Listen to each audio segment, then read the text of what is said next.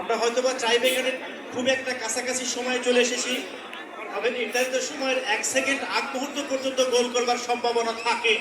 সেটা হতে পারে কানাগাড়ি অথবা আব্দুর রহমান ফুটবল একাদশ, আমাদের সেই পীরগঞ্জ রংপুর, আমাদের রংপুরের সেই রঙ্গিলা ভাইয়েরা কিন্তু মাঠে এসেছে অনেক দূর পথ অতিক্রম করে।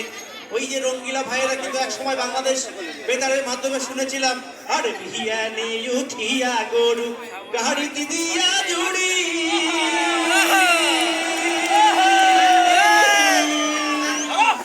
এই যে সেই গাড়িয়া ভাইয়েরা কিন্তু এসেছে, তবে গোলটা হয়ে গেছে। খেলোয়াড়ের পরিবর্তন রংপুরের পক্ষে, রংপুরের এখন খেলোয়াড়ের পরিবর্তন আসছে। দয়া করে কেউ মাঠে ঢুকবে না। শিপনকে মাঠের বাইরে আনা হবে। Shipon jersey number 5 left back পজিশনে এই খেলোয়াড়টাকে পরিবর্তন করা হলো।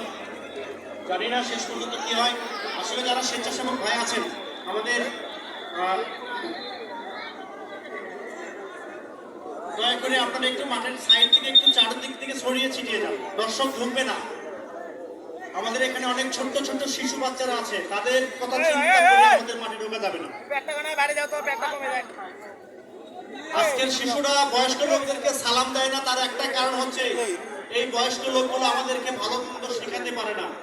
আজকের এই খেলা শেষ হওয়ার সাথে সব মুরব্বীগুলো দৌড়তে ঢুকবে মাঠের ভিতরে, আর ছোট ছোট বাচ্চাগুলো পিছন দিয়ে খালি ঘুরবে মুরগির বাচ্চার মতো, আর মনে মনে কল্পনা করবে শালার গুলো তুই আমাকে আগে পিছনে ফেলাইছিস, তোকে আমি জীবনও সালাম দেবো না। এটা হতে পারে, এটা অন্তত কেউ না বললে আমি বলবো।